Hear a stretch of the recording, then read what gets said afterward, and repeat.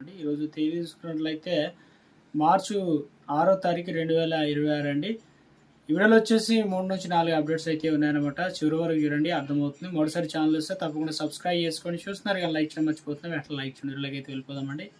మొట్టమొదటి అప్డేట్ అయితే ఇవ్వడం జరిగిందండి. ఇక ఈ పాస్ అంటే ఈ ఆఫీస్ పాలన అనమాట.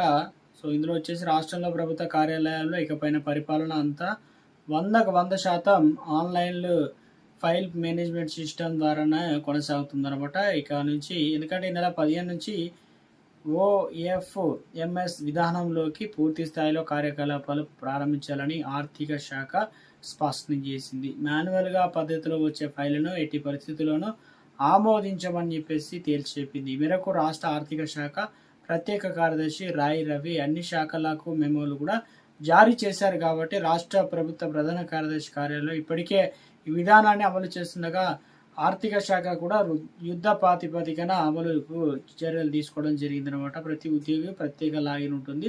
రాష్ట్ర ప్రభుత్వ కార్యాలయంలో ప్రస్తుతం కాగితాలతో కూడిన ఫైళ్లను నిర్వహిస్తున్నారు కదా.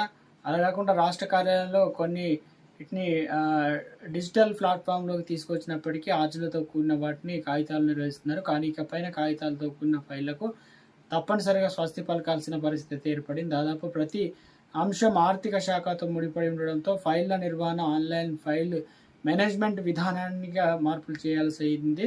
ప్రజల నుంచి లేదా ఉద్యోగుల నుంచి వచ్చేటువంటి వినతులు కాగితాలపై వస్తే వాటిని వెంటనే స్కాన్ చేసి డిజిటల్ రూపంలోకి మార్పుకే ఫైల్ ప్రాసెస్ చేయాల్సి అయితే ఉంటుంది తప్ప ఇక OFMS విధానంలో భాగంగా శాఖల వారీగా ప్రతి ఉద్యోగి త్వరలో ప్రత్యేక లాగిన్ ఉంటుంది. ఐడీలను కేటాయించనున్నారు. ఆన్లైన్ విధానం ద్వారా ఫైలు నిర్వహణ సమయం తగ్గడంతో పాటు పారదర్శకత పెరుగుతుందని, ఒకే ఫైలు నిర్వహణ జాప్యం జరిగిన ఉన్నతాధికారులు తెలియడంతో పాటు కారణాలు తెలుసుకోవడానికి అవకాశాలు అయితే ఉంటుందన్నమాట.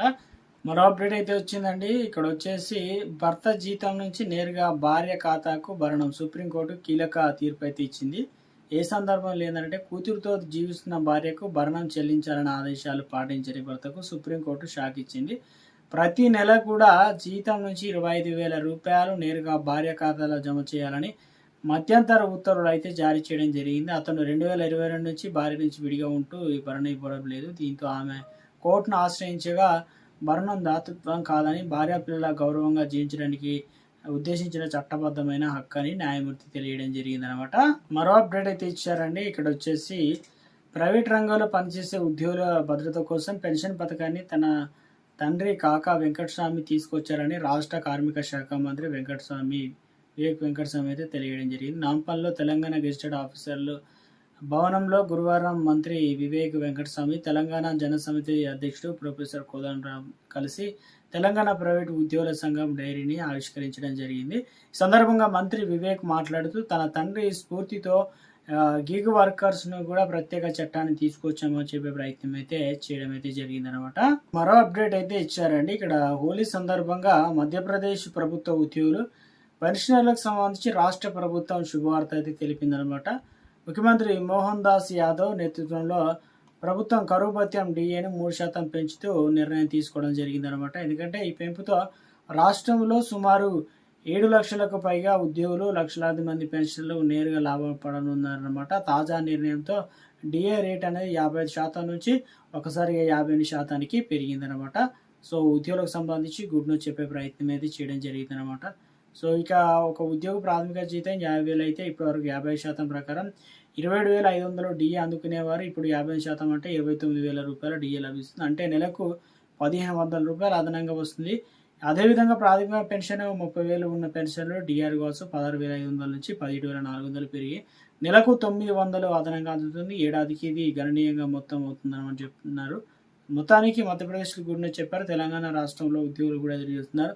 తమకు రావాల్సిన పెండింగ్ బకాయిలు డిఏ ఏదైతే ఉన్నాయో వెంటనే రిలీజ్ చేయాలని చెప్పేసి కోరుతూ ఉన్నారనమాట. ఉద్యోగులకు సంబంధించి ఒక అప్డేట్ అయితే ఇచ్చే ప్రయత్నం చేయడం జరిగిందనమాట. సో ఇక మరొక అప్డేట్ అయితే రావడం అయితే జరిగిందండి. 8వ వేతన సంఘం కొత్త ఫార్ములాను కేంద్ర ప్రభుత్వం ఉద్యోగులకు జీతం భారీగా పెరుగుతుందా అంటే ఫ్యామిలీలోని సభ్యుల సంఖ్యను 3 నుంచి 5కి పెంచాలని డిమాండ్ చేసింది. సో ఇందులో భాగంగా కేంద్ర ప్రభుత్వ ఉద్యోగులు పెన్షన్లో కీలక అప్డేట్ అయితే ఇచ్చారనమాట. దేశవ్యాప్తంగా లక్షలాది మంది కేంద్ర ప్రభుత్వ ఉద్యోగులు కొత్త వేతన సంఘం అమలు కోసం ఆసక్తిగా ఎదురు చూస్తున్నారు. అదేవిధంగా ఫిబ్రవరిలో జరిగినటువంటి జాతీయ మండలి జాయింట్ కన్సల్టివ్ మిషనరీ సమావేశం నిధుల వేతన సంఘం జీత సవరణకు సంబంధించి పెద్ద ఎత్తున డిమాండ్లు ఏమెత్తారు కాబట్టి ఫ్యామిలీలో సభ్యుల సంఖ్యను 3 నుంచి 5కి పెంచాలని అంటున్నారు.